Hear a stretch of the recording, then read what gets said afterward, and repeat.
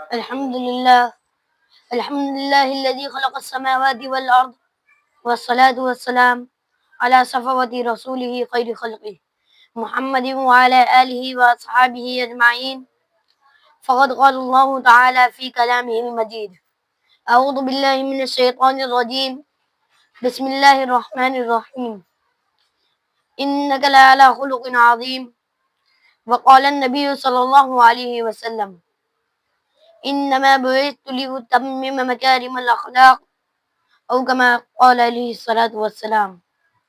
وہ دانائے سبل ختم الرسل مولائے کل جس نے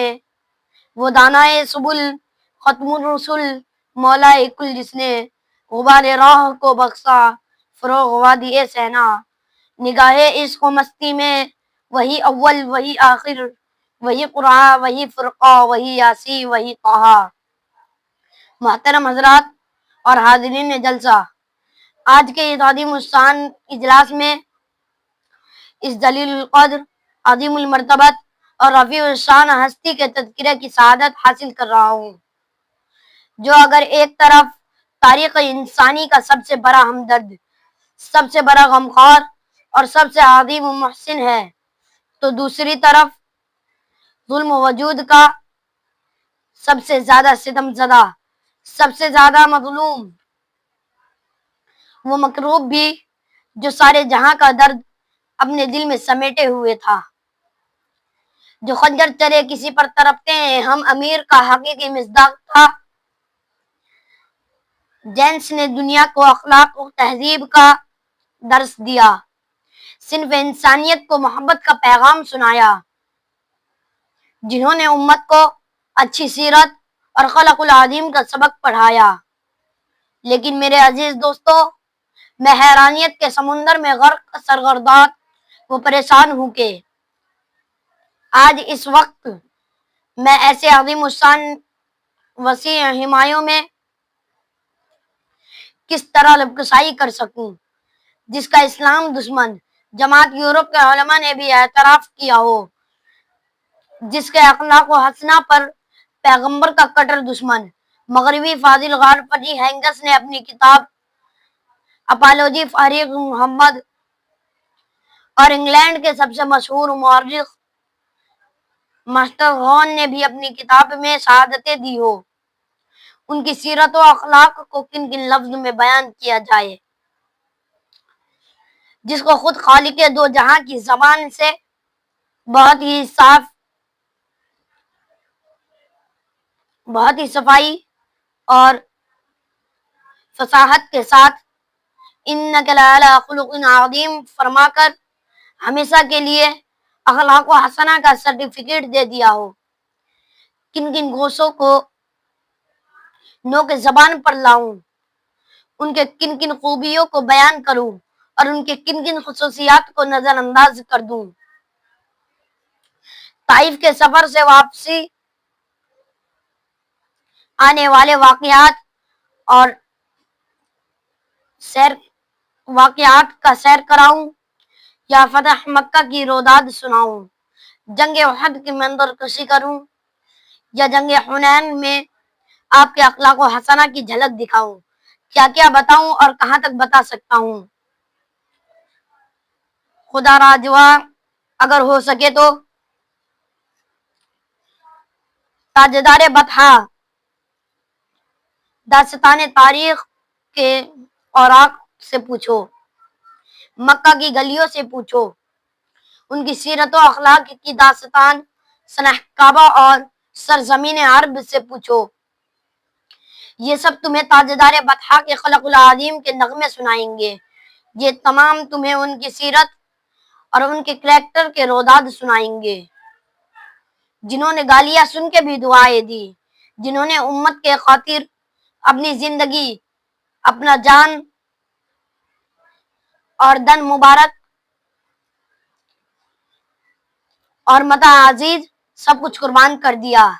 سکوت آموز طول داستا درد ہے ورنہ زباں بھی ہے ہمارے منہ میں اور تاب سخن بھی. عزیز ساتھیو، فتح مکہ کی داستان سے کون واقف ہے؟ اس دن جانی دشمنوں کے ساتھ پیغمبر کے برتاؤ، ان کے اخلاق کریمانہ کون کون نہیں جانتا ہے۔ جب مسلسل 20 سال تک مصیبتیں جھیلنے کے بعد 8 عیسوی میں مکہ فتح ہوا اور سنہ کعبہ میں تمام مجرمین قریش بیٹھے ہوئے تھے، ان میں وہ بھی تھے جنہوں نے آپ کے عزیزوں کا خون بہایا تھا، ان کے سینے چاک کیے تھے اور ان کے قبل جگر کے ٹکڑے ٹکڑے کیے تھے۔ وہاں وہ بھی موجود تھے جنہوں نے آپ کو گالیاں دی تھی، وہاں وہ بھی موجود تھے جنہوں نے آپ پر نجاستیں پھینکے تھے، پتھریں برسائے تھے اور راستے میں کانٹے بچھائے تھے۔ ہر ایک کو ماضی میں کی ہوئی اپنی شرارتیں یاد آ رہی تھی اور آپ کے پیچھے 10,000 آسان تلواریں محمد رسول اللہ صلی اللہ علیہ وسلم کے ایک اشارے کے منتظر تھے۔ دفعتاً زبان مبارک کھلتی ہے، سوال ہوتا ہے، قریش بتاؤ آج تمہارا کیا سلوک کیا جائے، آج تمہارے ساتھ میرا کیا برتاؤ ہو۔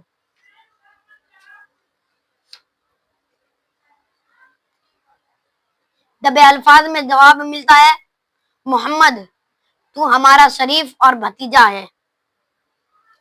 ارشاد فرماتے ہیں کہ جاؤ آج میں وہی کہہ دیتا ہوں جو حضرت یوسف نے اپنے بھائیوں سے کہا تھا، لا تثریب علیکم اليوم اذهبوا فانتم الطلقاء۔ تمام اہل مکہ سے کہہ دو کہ آمینہ کا راج دلارا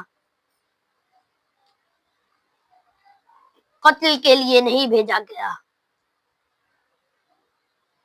بچوں سے کہہ دو تمہیں یتیم نہیں بنایا جائے گا، مکہ کی بہنوں سے کہہ دو اور حسینوں سے کہہ دو تمہاری عزت و آبرو کو نہیں چھینا جائے گا،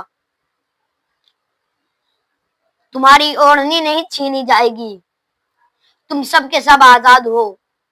آج معافی کا اعلان ہے، جو کعبہ میں داخل ہو وہ بھی امن، جو دار سفیان میں حاضر ہو وہ بھی امن، جو گھر کا دروازہ بند رکھے ہو وہ بھی امن۔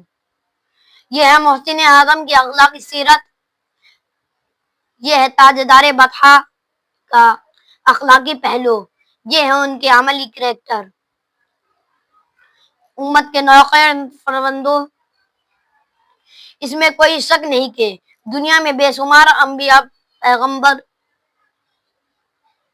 آئے، انگنت مسیحائے قائد اور رہبروں نے جنم لیا، مگر خدا کی قسم تاریخ گواہ ہے کبھی بھی ارض و فلک نے ایسا مقدس ہستی نہیں دیکھا جنہوں نے پتھر کھا کے بھی ہدایت کی دعائیں دی ہو، کبھی بھی ایسا قائد مسلح نہیں دیکھا جنہوں نے گالیاں سن کر بھی دعائیں دی ہو، کبھی بھی ایسا پیغمبر نہیں دیکھا جنہوں نے امت کے خاطر اپنے جس اطہر کو بھی لہو لہان کر دیا ہو۔ آپ نے دنیا والوں کے سامنے اخلاق کا وہ نمونہ پیش کیا کہ بڑے بڑے اسلام دشمن بھی اسلام پر چھڑک گئے۔ دوستو، میں تاجدار بطحا کے اس وقت کے ان اخلاق کو کن لفظ میں بیان کروں جب کائنات کا بے مثال سخی، حاتم کا لخت جگر، حاتم کی بیٹی 9 عیسوی میں جنگ میں پکڑ کر دربار رسالت میں لائی گئی تو سر سے چادر سرک گئی تھی، سر کھلا ہوا تھا۔ اللہ کے پیغمبر صلی اللہ علیہ وسلم نے اپنی چادر ایک صحابی کو دیتے ہوئے فرمایا، اس بچی کا سر ڈھک دو۔ صحابہ حیران ہو گئے۔ ایک صحابہ نے عرض کیا، یا رسول اللہ، یہ دشمن کی بیٹی ہے، یہ کافر کا لخت جگر ہے، آپ کی وہ چادر جس پہ آپ کی مہر لگی ہے کیوں کر اس کے سر پر رکھی جا سکتی ہے۔ پیکر رحمت نے فرمایا، بیٹی بہرحال میں بیٹی ہوتی ہے، دوست کی ہو یا دشمن کی، جس طرح میں اپنی بیٹی کا سر برہنہ نہیں دیکھ سکتا، اسی طرح دشمن کی بیٹی کا بھی سر برہنہ نہیں دیکھ سکتا ہوں۔ رحمت عالم کی وہ چادر اس بچی کے سر پر رکھ دی جاتی ہے۔ بے ساختہ کے اسکبار ہو پڑتے ہیں۔ اللہ کے پیغمبر فرماتے ہیں، بیٹی تم حاتم کا لخت جگر ہو، تمہارے باپ کے دو کو سخاوت کو محفوظ کر رکھتے ہوئے تمہیں آزاد کرتا ہوں، اور تمہارے ساتھ تمہارے قبیلے کی عورتوں کو بھی آزاد کر دیتا ہوں۔ اسلام پر کیچڑ اچھالنے والوں، کیا تم تاریخ انسانیت میں اخلاق نبوی کا کوئی نمونہ پیش کر سکتے ہو؟ کیا تم پورے تاریخ عالم میں اس کا کوئی مثال دکھا سکتے ہو؟ نہیں اور ہرگز نہیں۔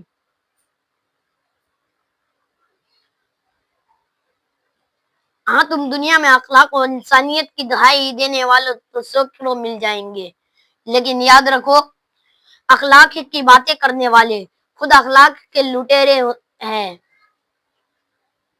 انسانیت کی دہائی دینے والے خود انسانیت کے دشمن ہیں، پیغمبر صالح پیش کرنے والے خود پیغمبر کو جڑ سے مٹانے والے ہیں، رحم و کرم کا شور کرنے والے خود انسانوں پر ظلم کرنے والے ہیں، افت و درگزر کا پیغام پہنچانے والے خود ان سے دشمنی کرنے والے ہیں۔ ہاں، آج کل قانون بنانے والے خود قانون توڑنے والے ہیں، انصاف کرنے والے خود مال ہڑپنے والے ہیں، الفت و محبت کا دعویٰ کرنے والے سب سے بڑے حاسد اور دشمن ہیں۔ ارے پیغمبر اسلام کی سیرت اٹھا کر دیکھو، حضور کی پوری زندگی اخلاق و انسانیت، تہذیب و تہنم، تواضع و انکرائی، رحم و کرم، افت و درگزر، سخاوت و وفادی، مروت و رواداری، صداقت و امانت سے لبریز ملے گی۔ آپ صرف زبان کے غازی نہیں تھے، بلکہ عالم کے غازی تھے۔ آپ جو کہتے تھے وہ پہلے کرتے نہیں تھے، پہلے کر کے دکھا دیتے۔ آپ نے پوری امت کو عملی طور پر اخلاق و تہذیب کا درس دیا، اور آپ نے فرمایا، انسان انسان نہیں جس کے اخلاق اچھے نہ ہوں، بلکہ حسن اخلاق کو اسلام کے علاوہ اور معیار قرار دیا گیا ہے۔ بخاری شریف کی روایت ہے، ان خیابکم احاسنکم اخلاقا، تم میں سب سے بہترین شخص وہ ہے جس کے اخلاق اچھے ہو۔ ایک روایت میں ہے، ما من شخص من آیت فی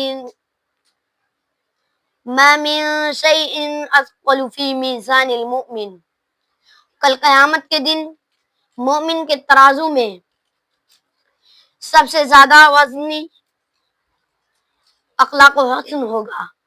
اور ایک روایت میں ہے، ان من احبکم الی واقررتم منی مجلسا یوم القیامت احاسنکم اخلاقا، مجھے تم میں سب سے زیادہ محبوب وہ شخص ہے، اور قیامت کے دن مجھ سے سب سے زیادہ قریب وہ شخص ہوگا جس کے اخلاق سب سے اچھے ہوں گے۔